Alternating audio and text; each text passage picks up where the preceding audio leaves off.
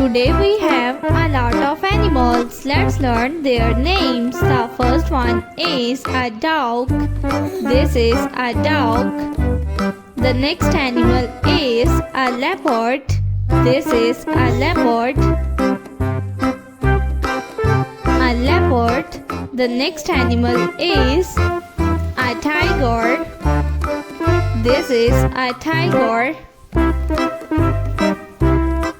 The next animal is a lion.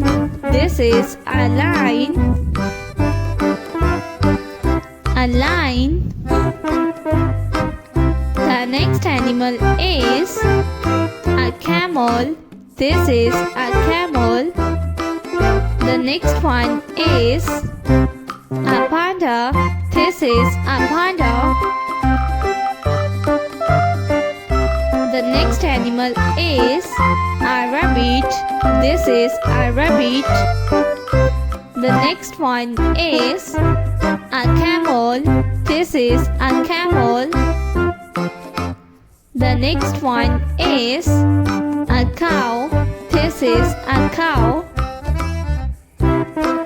The next animal is a deer. This is a lioness. The next animal is a horse.